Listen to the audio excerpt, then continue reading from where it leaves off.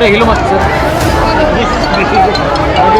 दिल्ली में एमसीडी के mayor, deputy mayor और स्थायी समिति के सदस्यों के चुनाव की प्रक्रिया 3 घंटे बाद भी हंगामे की वजह से शुरू नहीं हो पाई। सुबह 11 बजे पार्षदों का शपथ ग्रहण शुरू होना था। पीठासीन अधिकारी ने सबसे पहले मनोनीत सदस्यों को जैसे ही शपथ दिलानी शुरू की, आम आदमी पार्टी के सदस्यों ने विरोध शुरू कर दिया।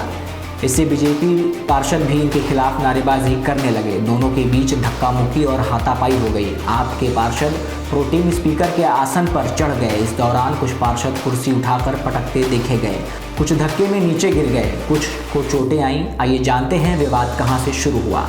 दरअसल एलजी ने मेयर चुनाव के लिए बीजेपी की पार्षद सत्या शर्मा को प्रोटेम स्पीकर नियुक्त किया। आपने मुकेश गोयल का प्रस्ताव रखा था। इस पर आप ने आपत्ति जताई, जिसके बाद प्रोटेम स्पीकर ने जैसे ही एलजी के मनोनीत सदस्यों को शपथ दिलानी शुरू की तो आम आदमी पार्टी ने विरोध और नारेबाजी शुरू कर दी। इसको लेकर आम आदमी पार्टी का कहना है कि मनोनीत सदस्यों की शपथ पहले नहीं होती है, लेकिन भाजपा परंपरा बदल रही है। भाजपा सांसद मीनाक्षी लेखी ने कहा कि आप नेताओं को नियमों की जानकारी नहीं है, इसलिए वह हंगामा कर रहे हैं।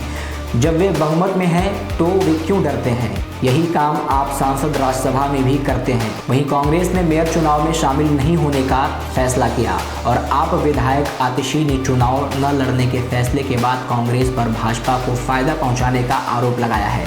आपको बता दें, मेयर के चुनाव में 273 मेंबर्स वोट डालेंगे। बहुमत के लिए 133 का आंकड़ा चाहिए। आपके पास 150 तो बीजेपी के पास 113 वोट हैं। खेल शुरू आप पार्षदों का खून बहाएंगे, सदन में उनकी हत्या कर देंगे, उनकी जान ले लेंगे। इसलिए कि दिल्ली वालों ने बीजेपी को हरा दिया, इसलिए इनको सजा दी जाएगी। ये देखिए, इनके कपड़े फाड़ दिए, देखिए आप, इनको लहूलुहान कर दिया, इनकी गर्दन दबा के मार देंगे इनको। तो क्या कर रही है बीजेपी? क्या संदेश देना चाहती है? और पूरी की पूरी कांग्रेस आज इनके साथ खड़ी हुई है, कंधे से कंधा मिला के। उनके सारे पार्षद, उनकी नेता सदन को, नाजिया को हज कमेटी का चेयरमैन बनाने के लिए प्रस्ताव पारित कर दिया है एलजी ने, लेकिन सर भारतीय जनता पार्टी के कहने पे। और आज सारे मिलके खूनी खेल खेल रहे हैं सदन के अंदर। लेकिन सर अरे तुम्हें हरा दिया है जनता ने। दिल्ली की जनता का जनादेश मानो।